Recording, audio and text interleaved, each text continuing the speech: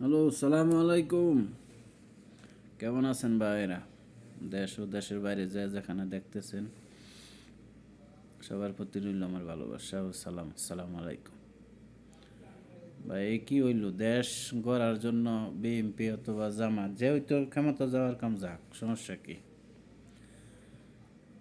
BNP দিব টেহা, জামাতে দিব টেহা, টেহা দিয়ে বুট কিনা লাইলেই চলে। এই কি শুরু হলো? হার জিত তো একজন আছুই। আমরা বিদেশ ফিরে কষ্ট করি টেহার লাগে, আর দেশ হতে টেহার পাহাড়।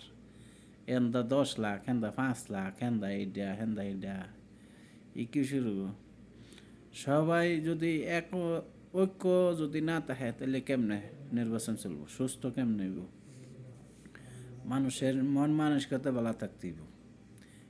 কেউ ছাড় দিতে চাইতেছেন, এইবার কি চলবো নাকি? দেশ উন্নত হইব কইতে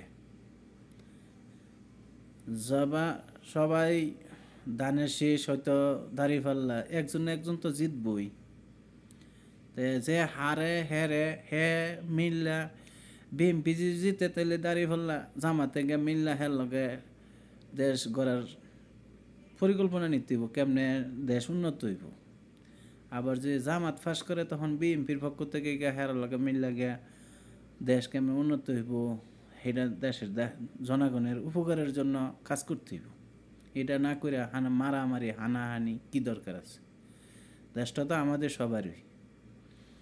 তো এইটাই রইল, সবাই মিল মাহবতে দেশে কাল তো নির্বাচন। যার যে নিজের, আমার ভোট আমি দিব, যাকে খুশি তাকে দিব।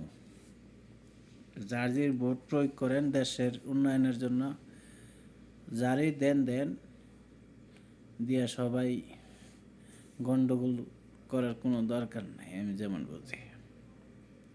ঠিক আছে, ভালো থাকেন সবাই, ভোট দেন আনন্দের সহিত। ওকে, ভালো থাকেন, আল্লাহ হাফেজ।